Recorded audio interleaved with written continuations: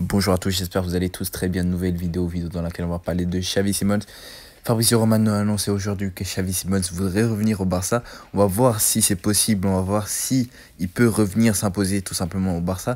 Mais tout d'abord, n'hésitez surtout pas à lâcher votre petit like si la vidéo vous plaît et surtout de vous abonner à la chaîne en activant la petite cloche de notification. Sans plus tarder, c'est parti.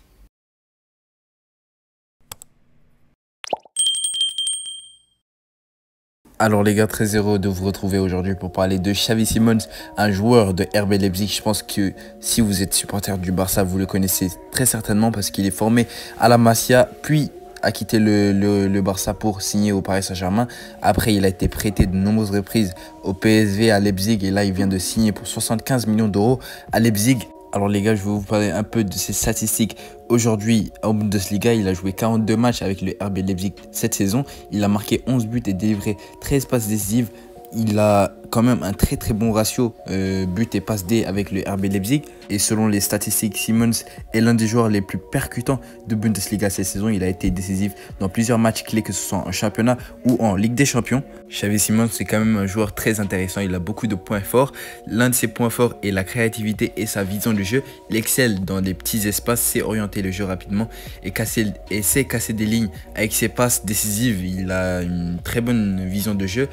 Il a aussi une très bonne qualité technique. Sa conduite de balle est bien soignée, toujours proche du pied, qui le rend très difficile à stopper. Il est aussi très polyvalent. Il peut jouer milieu offensif, milieu central, ailier gauche, ailier droit, voire en tant que meneur libre. Et les gars aussi, malgré son jeune âge, il a déjà un vrai leadership sur le terrain. C'est un leader de cette équipe du RB Leipzig et une grande maturité dans les moments clés. Il a aussi beaucoup d'endurance et il s'investit beaucoup défensivement, ce qui est rare pour un joueur offensif. Alors les gars, je vais vous parler de Xavi Simons au Barça. Déjà en 2019, alors qu'il n'avait que 16 ans, il décide de quitter le Barça pour rejoindre le Paris Saint-Germain.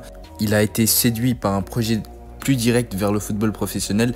Son départ a créé une grande déception chez les supporters catalans, car ils croyaient en lui un énorme espoir. Même aujourd'hui, il y a certaines fans qui espèrent le voir revenir au Barça parce que c'est un enfant du club tout simplement.